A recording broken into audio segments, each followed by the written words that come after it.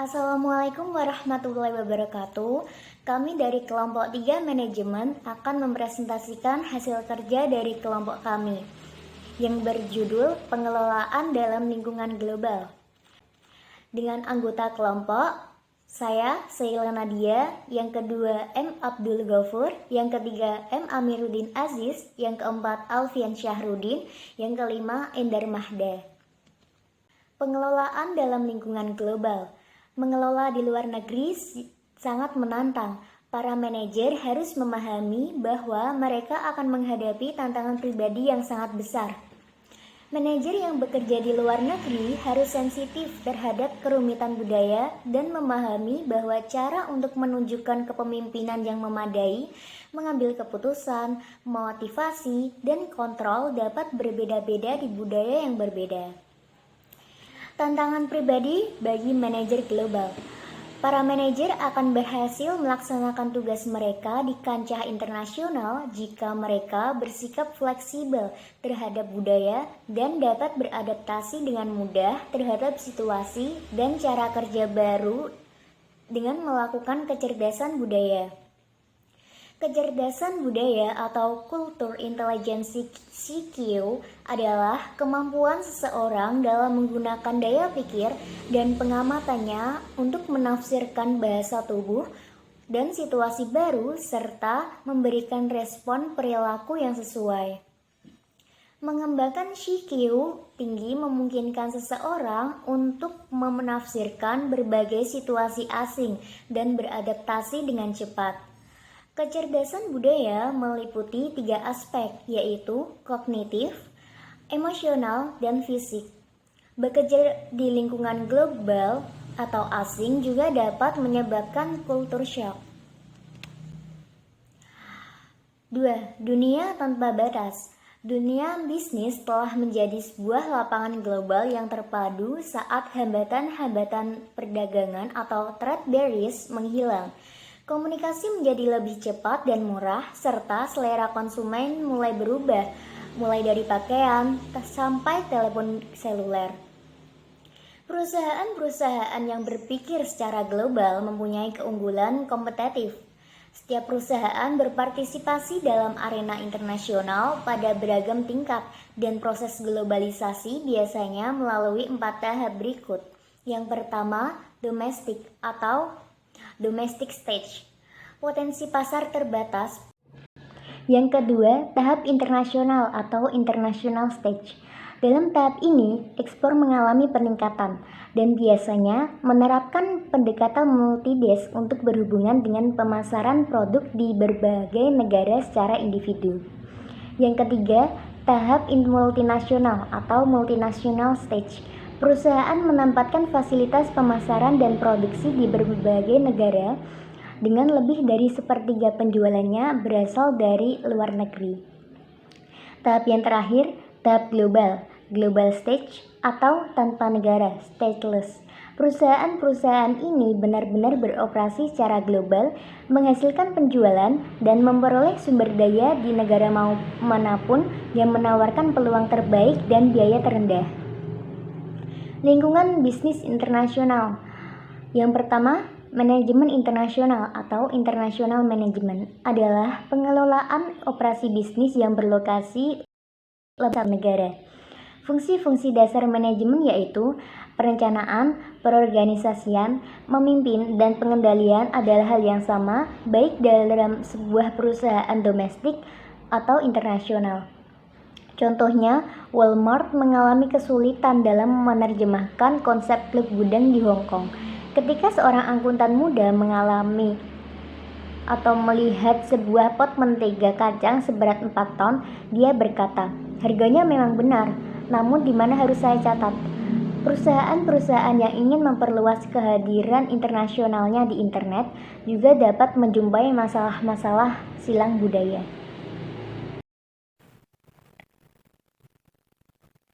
Lingkungan ekonomi.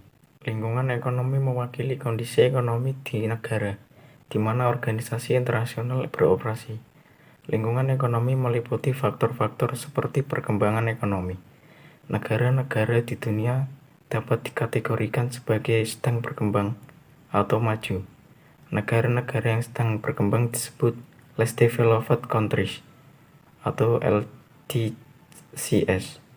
Kriteria tradisional yang digunakan untuk mengklarifikasi negara sebagai maju atau sedang berkembang adalah pendapatan per kapita, yaitu pendapatan yang diperoleh dengan membagi produksi barang dan jasa yang dihasilkan sebuah negara dengan total penduduk negara tersebut.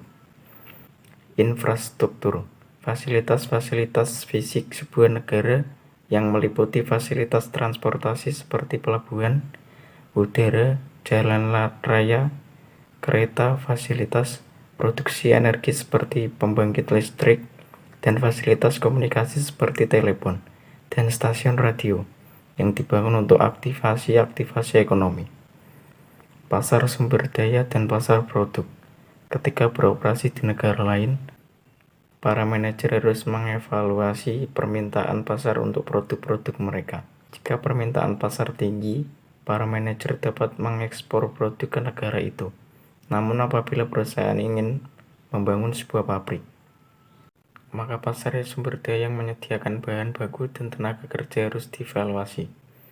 Nilai tukar atau exchange rate adalah tingkat di mana mata uang sebuah negara dapat ditukarkan dengan mata uang negara lain.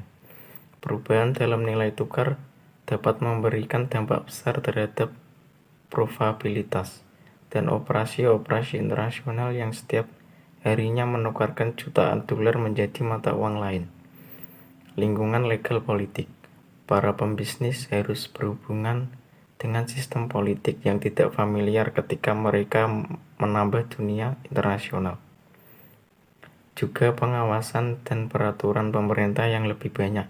Beberapa faktor legal politik yang mempengaruhi bisnis internasional, yaitu risiko politik atau disebut politik risk.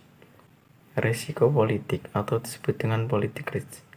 Risiko politik meliputi pengambil alihan pemerintah atas hak milik sebuah perusahaan atau karyawan. Ketidakstabilan politik. Masalah lain yang sering ditemui oleh perusahaan internasional adalah ketidakstabilan politik yang meliputi huru-hara, revolusi, gangguan sipil, dan perubahan-perubahan yang sering terjadi di pemerintahan. Undang-undang peraturan pemerintah berbeda satu negara ke negara yang lain dan menimbulkan tantangan berat dalam melakukan produksi atau jualan bagi perusahaan-perusahaan internasional. General Agreement on Tariff and Trade. General Agreement on Tariff and Trade atau GATT ditandatangani oleh 232 negara pada tahun 1947. Dimulai dari satu rangkaian peraturan untuk menjamin dilaksanakannya prosedur yang jelas dan tidak diskriminatif, negosiasi terhadap perselisihan, dan meningkatkan partisipasi negara-negara berkembang dalam perdagangan internasional. Alat utama yang digunakan GATT untuk meningkatkan perdagangan adalah kelonggaran tarif, di mana negara-negara anggota setuju untuk membatasi tarif yang diberlakukan terhadap impor dari anggota GATT lainnya. Uni Eropa dibentuk pada tahun 1958 untuk memperbaiki kondisi ekonomi dan sosial di antara anggotanya. European Economic Community atau EEC yang sekarang disebut Uni Eropa atau European Union EU telah diperluas menjadi persekutuan 15 negara. Pada awal tahun 1980-an, orang-orang Eropa mulai langkah-langkah untuk menciptakan sebuah sistem pasar tunggal yang kuat yang disebut Eropa 92. Inisiatif ini mengharuskan penciptaan pasar terbuka bagi 340 juta konsumen Eropa. Walaupun awalnya ditolak, namun kemudian diterima oleh industri Eropa. Aspek paling menonjol adalah revolusi moneter Uni Eropa dan pengenalan euro. Meskipun pembentukan persekutuan di antara berbagai negara yang berbeda adalah hal yang cukup sulit, namun manfaatnya melebihi perbedaan dan ketidaksepakatan. North America Free Trade Agreement. North America Free Trade Agreement yang berlaku sejak tanggal 1 Januari 1994 menggabungkan Amerika Serikat, Kanada, dan Meksiko menjadi sebuah pasar raksasa yang lebih dari 360 juta konsumen. Negosiasi selama 14 bulan itu mencapai puncaknya pada tanggal 12 Agustus 1992 dengan kesepakatan terhadap bintang utama yaitu 1. Pertanian, mobil, transportasi, dan hak milik intelektual. NAFTA telah memacu masuknya bisnis-bisnis kecil ke dalam arena global. Meskipun kritik terhadap NAFTA berlanjut, banyak orang percaya adanya manfaat penting yang diberikan oleh NAFTA. Para ahli menekankan bahwa NAFTA akan memungkinkan perusahaan ketiga negara untuk bersaing secara lebih efektif dengan perusahaan pesaing dari Asia dan Eropa. Aliansi dagang, janji atau perangkap.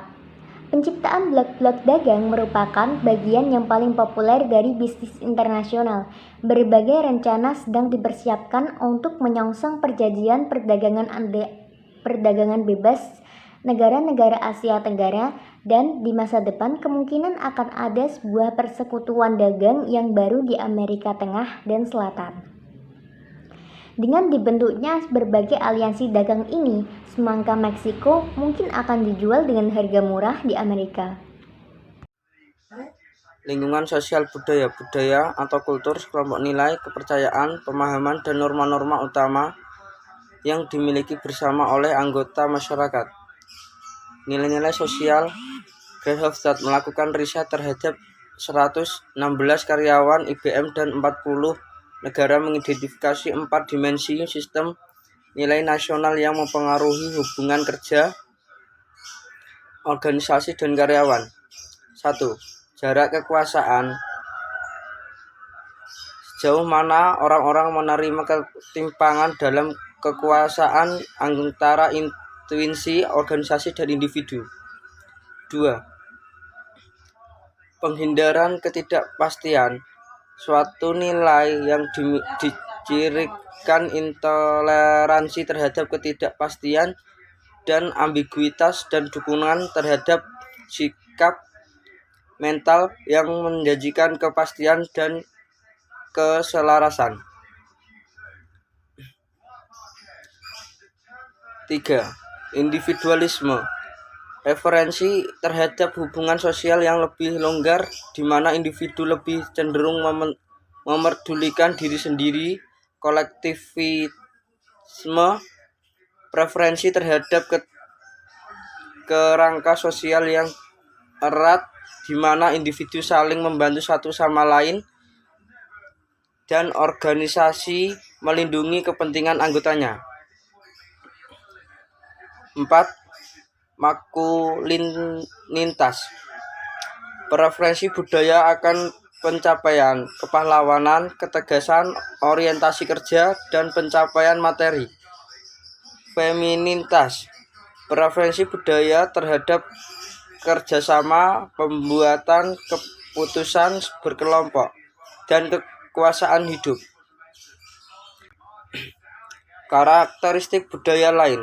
Karakteristik budaya lain mempengaruhi organisasi internasional adalah bahasa, agama, sikap, dan organisasi. Organisasi sosial dan pendidikan agama meliputi objek-objek sakral, sikap filosofi terhadap kehidupan, hal-hal yang tabu, dan ritual.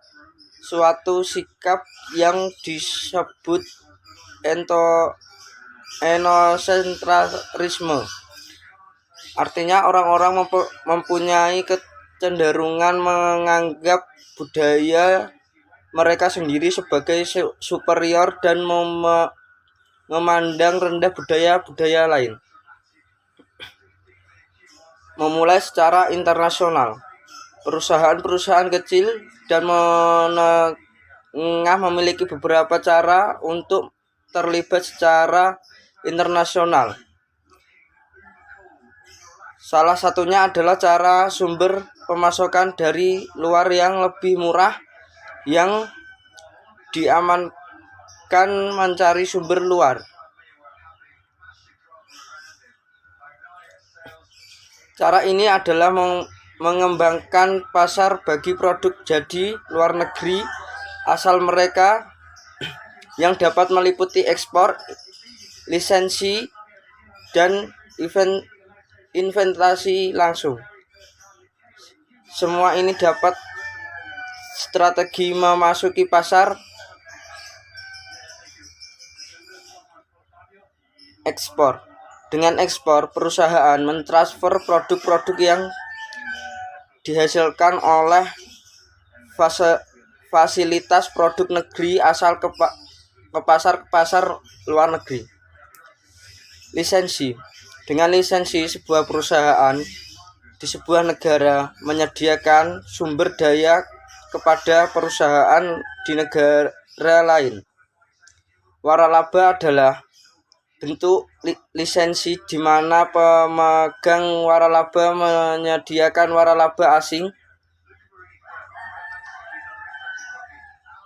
dengan paket bahan dan jenis yang lengkap, termasuk peralatan produk, bahan produk, merek, dan hak nama dagang. Saran manajerial sistem operasi standar. Perusahaan patungan atau joint venture. Sebuah perusahaan sebagai biaya dan resiko dengan perusahaan lain, biasanya di negara tuan rumah untuk mengembangkan produk baru, membangun fasilitas produksi, atau membuat jaringan penjualan atau distribusi. Akuisisi.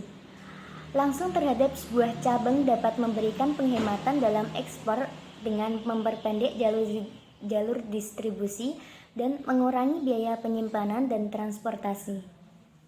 Greenfield Ventures, yang artinya sebuah perusahaan membangun sebuah cabang sejak awal di sebuah negara asing. Perusahaan multinasional. Karakteristik dari perusahaan-perusahaan multinasional. Sebuah perusahaan multinasional atau multinational corporation (MNC) biasanya menerima 25% lebih dari total pendapatan penjualan operasi-operasi di luar negara asalnya, juga disebut perusahaan global atau perusahaan transnasional. MNC juga mempunyai karakteristik manajerial, yaitu yang pertama, sebuah MNC dikelola sebagai sistem bisnis di seluruh dunia yang terintegrasi. Artinya bahwa cabang asing bertindak dalam bekerja sama yang erat. Yang kedua, sebuah MNC pada akhirnya dikontrol oleh otoritas manajemen tunggal yang membuat keputusan-keputusan strategi kunci yang berhubungan dengan induk dan semua cabang. Yang ketiga, para manajer puncak MNC dianggap menjalankan suatu perspektif global. Itu tadi hasil presentasi dari kelompok kami. Jika ada pertanyaan, silahkan ditanyakan di tempat yang telah disediakan. Kurang lebihnya mohon maaf. Wassalamualaikum warahmatullahi wabarakatuh.